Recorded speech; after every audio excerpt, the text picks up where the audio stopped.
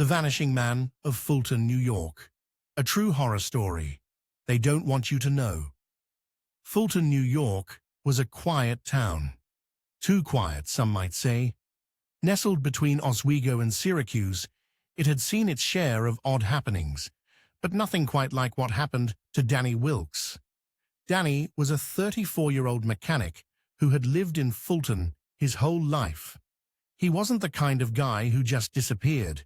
He had routines, a job, and a dog named Rascal who never let him stray too far. That's why, when he went missing one October evening in 2022, no one could explain it.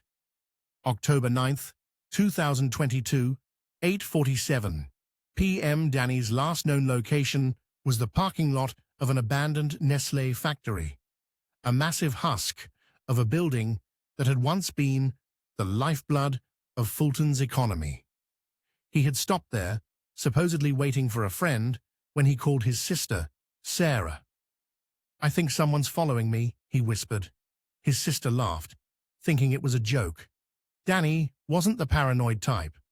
"I'm serious, Sarah. There's a guy, no, a shadow. It's just standing there, near the loading dock. Every time I move, it gets closer, but I can't see a face." That was the last thing she ever heard from him. The investigation. The next morning, Danny's truck was found exactly where he had parked it. Keys in the ignition, wallet on the passenger seat, and Rascal still sitting in the back, unharmed but shaking. No sign of Danny. Police searched for weeks, dragging the Oswego River, interviewing anyone who might have seen something. The only lead, a security camera from across the street, which captured Danny pacing near his truck. Then, at exactly 8:49 p.m., he turned to the camera, looking directly at it. His mouth opened as if screaming. Then, in a single frame, he was gone. Vanished. No movement, no running.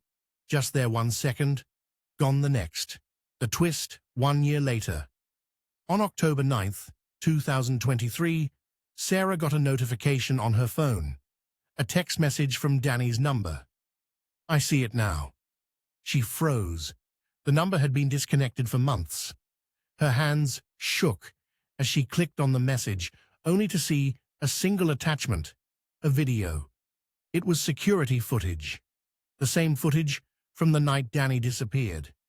But this time, there was something different. At 8:49 p.m., when Danny turned to the camera, he wasn't alone. A figure, tall, thin, its limbs impossibly long, stood just behind him. Its face was a black void.